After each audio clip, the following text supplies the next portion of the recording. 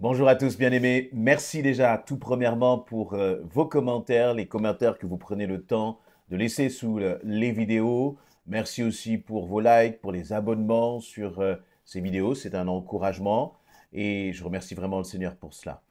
Je voudrais que nous puissions partager quelques pensées autour du piège du péché. Parfois, nous sous-estimons l'impact du péché dans nos vies. Vous voyez, le malin est rusé et il a commencé par, comment dire, le péché est entré dans le monde par la séduction, par la ruse. Lorsque le serpent, Satan, va minimiser l'impact du péché, même il va, comment dire, essayer de faire, de tromper l'usurpateur, il va être un trompeur sur l'impact, la réalité de l'impact du péché dans nos vies.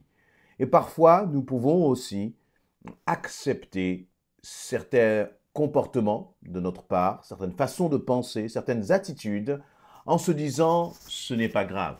Alors que nous sommes enfants de Dieu, nous avons une certaine tolérance au péché, et je crois que c'est un vrai piège pour nous. D'ailleurs, l'apôtre Paul va parler de cela lorsque dans 1 Corinthiens chapitre 5, il va reprendre l'église de Corinthe parce qu'il y a un scandale, une attitude dans cette église qui n'est pas à la gloire de Dieu, c'est qu'un homme couche avec la femme de son père. Et cet homme qui couche avec la femme de son père, cela est accepté, toléré dans l'église, et même il dit que même certains s'enorgueillissent de cela. Peut-être en se disant, nous sommes entre guillemets une église tolérante, nous sommes une église libérale, nous sommes une église qui ne juge pas. Vous voyez, le genre d'attitude qui finalement, que l'on pourrait considérer comme spirituelle, mais qui en fait aux yeux de Dieu est totalement charnelle. Totalement charnelle. Et d'ailleurs, lorsque l'on dit parfois je ne suis pas là pour juger, je crois au contraire, en tant qu'enfant de Dieu, voyez, nous devons dénoncer le péché lorsque nous le voyons. Si tu vois ton frère ou ta sœur qui pêche, va et reprends-la, nous dit la parole. Mais on ne doit pas condamner l'autre. Nous n'avons pas besoin de le faire parce que c'est son propre péché qui le condamne déjà. Mais juger, c'est-à-dire estimer si l'action, les paroles, la conduite de l'autre sont conformes ou non à la parole de Dieu. Et si ce n'est pas conforme à la parole de Dieu, on ne peut pas être des chrétiens qui fermons nos yeux en disant nous sommes tolérants ou je ne sais quel autre alibi, excuse pour finalement ne pas regarder la vérité en face, ne pas regarder le péché en face et le dénoncer. Et c'est ce que Paul va faire lorsqu'il va écrire à l'église de Corinthe. Et il va même dire, terminer au verset 5, 1 Corinthiens chapitre 5, 5, il va dire, mais qu'un tel homme soit livré à Satan, en vue de la destruction du mal qui est en lui, afin qu'il soit sauvé un jour, au jour du Seigneur. Donc il va dire, mais cet homme-là, reprenez-le. S'il agit mal, eh bien,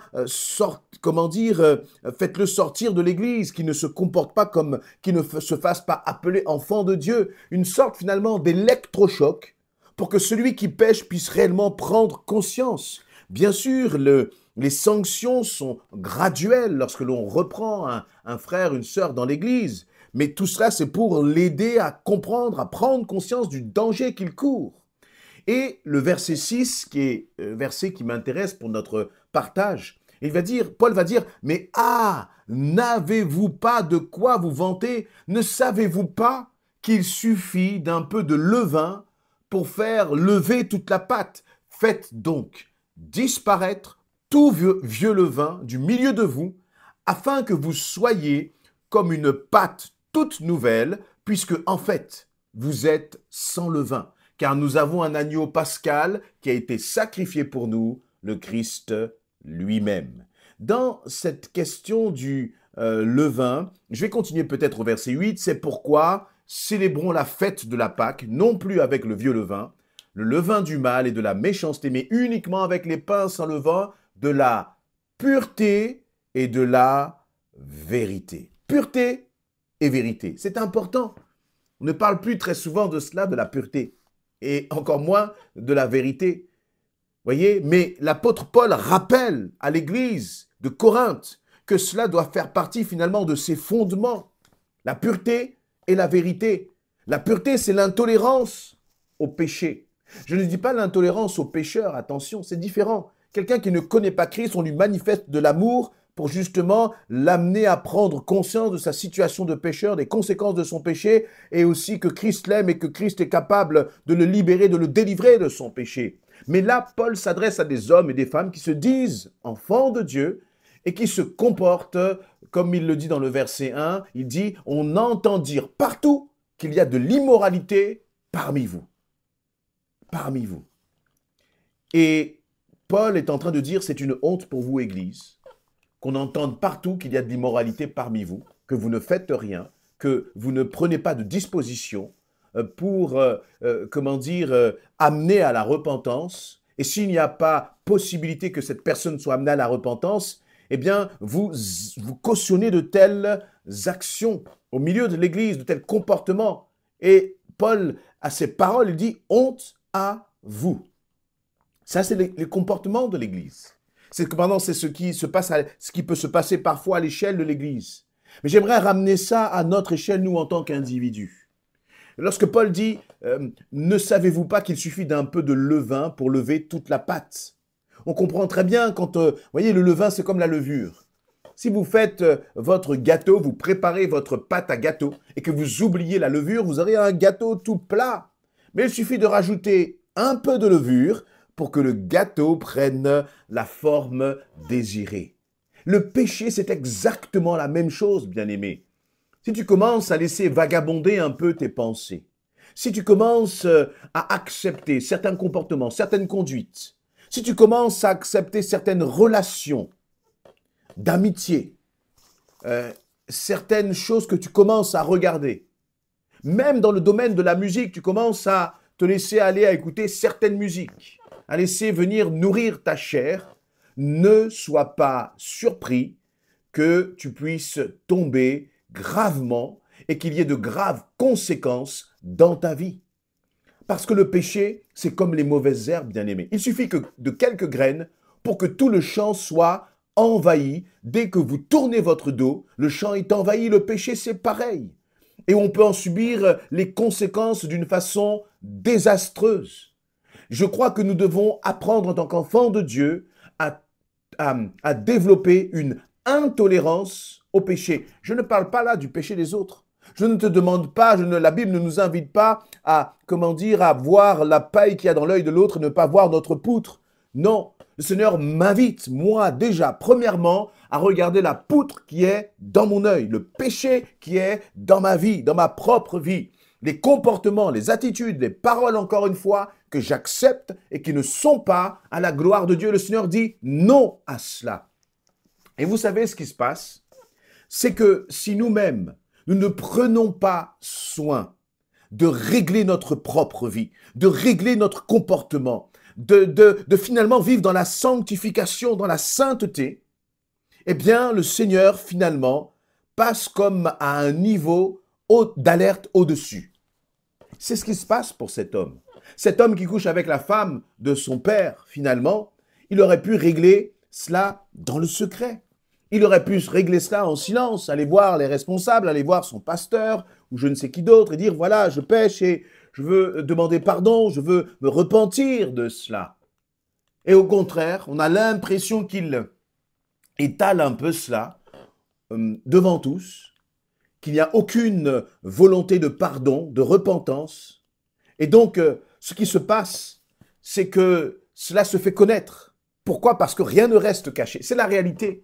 Et que le Saint-Esprit, c'est un esprit de lumière. Notre Dieu est un Dieu de lumière. Et que tout ce qui est caché sera à un moment dévoilé. Mais lorsque c'est dévoilé, ce n'est pas dévoilé au moment où toi tu le veux, et ni de la façon dont toi tu le voudras. Non, c'est dévoilé parce que, eh bien, finalement, il y a eu des avertissements au préalable du Saint-Esprit. D'ailleurs, le Saint-Esprit ne vit-il pas en nous?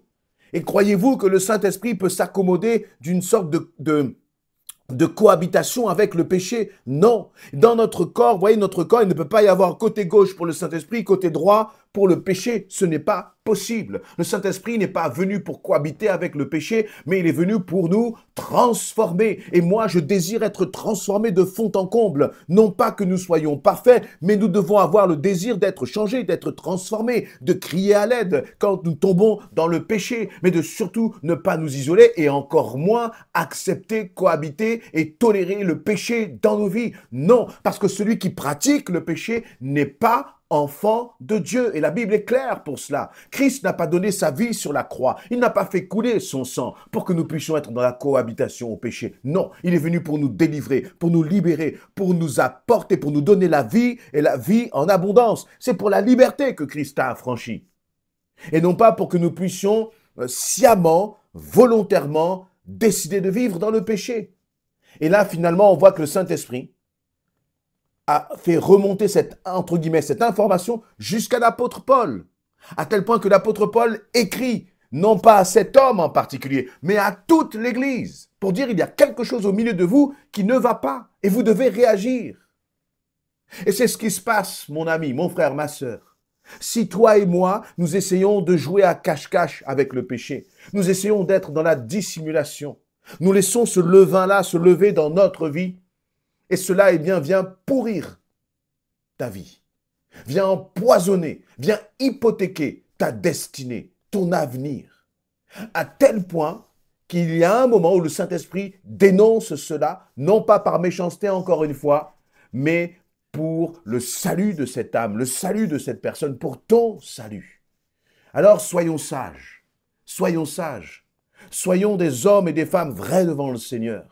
S'il y a un peu de levure, un peu de levain dans ton cœur, ne minimise pas l'impact que cela peut avoir et les conséquences dramatiques auxquelles cela peut aboutir dans ta vie. Mais ressaisis-toi et considère cela et dis, viens au pied du Seigneur, dis, Seigneur, je vois, il y a cela dans ma vie, je n'en veux plus. Je vais me faire peut-être aider, peut-être me faire accompagner, peut-être demander à un frère, une sœur de venir prier, d'intercéder avec moi. Mais Seigneur, je ne veux pas laisser ce levain dans ma vie. Je ne veux pas être dans une forme de cohabitation avec cela, mais je veux que cela disparaisse. Parce qu'au verset 7, c'est ce que Paul dit, il dit, faites donc disparaître tout vieux levain du milieu de vous. Et là, il est en train de parler de cet homme-là, dans cette église. Il est en train de dire, cet homme-là, qui pêche, vous le faites disparaître de l'église. Les paroles sont peut-être dures, mais si nous croyons qu'elles sont dures, c'est parce que nous n'avons pas réalisé quel est l'impact du péché réellement. Vous voyez, lorsqu'on a une maladie, imaginons qui a le bout du doigt ou le bout de la jambe est gangréné, quelqu'un par exemple qui est atteint d'un diabète, cela arrive parfois, eh bien on voit que cela commence, il y a des complications, ça commence à gangréner au niveau des articulations peut-être, au niveau du pied. Que va faire le chirurgien? Eh bien, parfois, ils vont avoir cette attitude radicale qui va consister à amputer le pied, amputer une partie de la jambe pour pas que tout le corps soit contaminé. Et c'est finalement là exactement la démarche que Paul ordonne presque à l'église de Corinthe. C'est vrai dans le cadre d'une église, mais je crois que c'est vrai aussi dans nos vies à chacun.